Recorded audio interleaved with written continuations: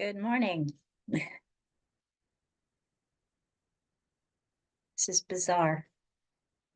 Good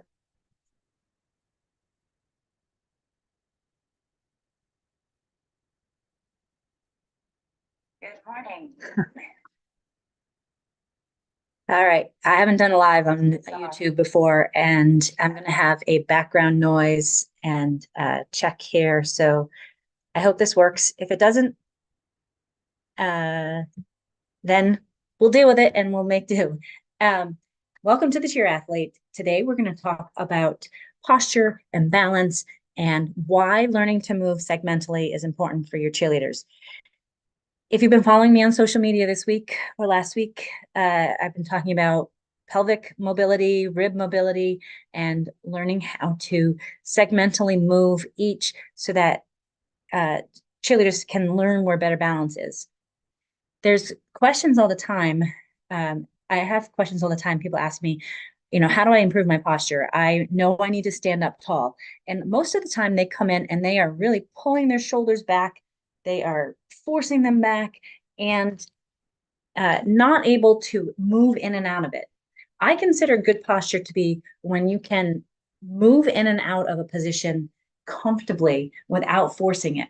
So in an anterior tilt, you're sticking your bottom out. I don't know if I can adjust this. So you're sticking your bottom out, your pelvis, the front of your pelvis tips forward and the back of your pelvis tips up. That's an anterior tilt. Now, a lot of us, especially cheerleaders, walk around with an increased anterior tilt. We are kind of stuck in this position because we're trying to stand up tall. We want to be able to move freely between this anterior tilt and a posterior tilt. So the pelvis needs to be able to move both. Neither one is bad. What's bad is when you get stuck in that position. If you can't move from an anterior tilt into a full posterior tilt, then likely you're either weakened through the abs or the glutes, or you're tight through your hip flexors, or vice versa. If you're stuck in a posterior tilt, I see this is common with cyclists, especially. They're stuck in that posterior tilt and they can't get into an anterior tilt.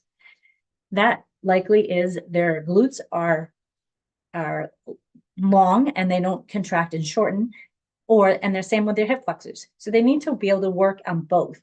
And having good posture and having less pain in through your back requires that you can do that. Conversely, your ribs, in addition, not conversely, your ribs need to anterior tilt, which is pulling that sternum down, or posterior tilt, lifting the sternum up. And we need to be able to do both anterior and posterior tilt. Combined, pelvis will anterior tilt where you stick your bottom out, and the rib cage will posterior tilt as you lift your sternum and your rib cage up. If you pull your rib cage down, which is a level position, and tuck the bottom under into posterior tilt, that creates that rounded position. So we need to be able to move in and out of that both directions segmentally. So the pelvis, the rib cage need to be able to move separately like this. If you're listening on the podcast, I'm moving my hands back and forth. They both need to move forward and back, but they need to do it in opposition of each other also. And how is that important for cheerleaders? So when you go into an anterior tilt, when you're stuck in that anterior tilt, you tend to have more weight in through the front of your foot and more towing. If you're tending to go into that posterior tilt and kind of pulling down, really tightening into the abs, you might heel a little bit more. Now you can butt, and that will make you heel also. But the weight shift, if you're just standing still, the weight shift between your anterior tilt of your pelvis and the posterior tilt of your ribs, and vice versa, if you're not finding that centered balance and that middle position, you're going to put more weight on your toes, your heels if you're a flyer. And if you're a base, you're going to be stuck in an anterior tilt, creating a lot of compression through your back and not being able to really stabilize through your core. When you're a base, you want to be able to stabilize and hold things tight. Yes, you're going to be moving and things will shift and move. But to find that center and to find your core balance and your core stability, you need to take your joints, your ribs, your pelvis, including your spine and your hips and all of the above. But today we're talking ribs and pelvis through full ranges of motion. And so learning how to do them on the ground will help you in the air. If you come to see me in the clinic, I teach you how to do an anterior tilt and a posterior tilt of both the pelvis and the rib cage. It's easiest to learn lying down and then progressing. Actually, it's easiest to learn sitting because we sit forward on the sit bones and we rock back.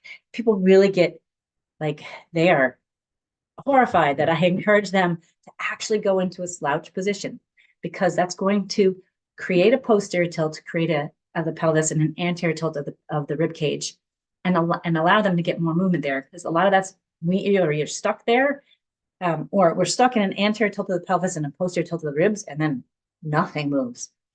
So you have to learn how to segmentally move that. And it's hard to isolate, and getting with somebody who can kind of doing it in a mirror can help you decide if you're, or learn how to do it efficiently. I encourage you, if you're a coach or a parent who's trying to teach your child to have better posture, to encourage them to have better motion, to move their pelvis, their ribs, their spine through full motion, and then find a centered position that is balanced, so they're stacked, shoulders over ribs, over hips, and that everything is level. My cats are running around upstairs. If you can hear them, I apologize. Trying to learn how to get into that center, moving like a cat, so you're free and easy and not stuck into a different position, will help your body to feel better and move better, and will give you better balance on the ground and in the air. I encourage you as parent and coach to put yourself through these motions so that you learn them and you can easily teach them what it feels like. As we've gotten older, as I've gotten older, I realized how much I didn't take my body through full motion, and how I just tried to either core stabilize or stretch to increase mobility. And I didn't actually go through full ranges of motion to help keep that balanced and solid on the, to allow myself to have full motion. And therefore, over time, my upper back does not like to go into an anterior tilt. My lower back does not like to go into a posterior tilt. And I struggle kind of creating that motion. And I'm now relearning how to do that.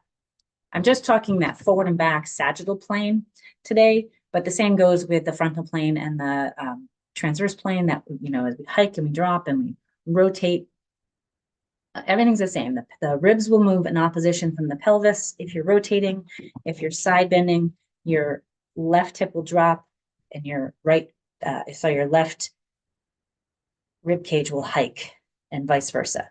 And finding that balance between the two eventually lines you up in center. That's what my course is about, centered. And we talk more about that and how to create that mobility through all the different planes. It's easy enough to practice. Start with the anterior and posterior tilt, start with it lying down, try it sitting, and then go against a wall or standing to help, train your body to be able to do that easier. Keep moving. That's the key. Move your body in all planes of motion. Don't get stuck being always standing up tall, because then everything gets tight. The more you move, the better you're going to feel, and create that good motion so that you have better balance, and you can either maintain up in a stunt without extending and keeping good core stability without putting increased compression through your back. If you're full base, maintaining a good base position. If you want to learn more about this, please reach out. I love talking about this movement and creating motion, and happy to just have a conversation with you. That's it for today. I hope you have a great day. Don't forget, when in doubt, breathe it out. Take life one step at a time. Thank you for joining me on my first live. Hopefully this worked. And I will talk to you next time. As my friend Drew Kelleher said, you're responsible for your own vibes. Go get the day.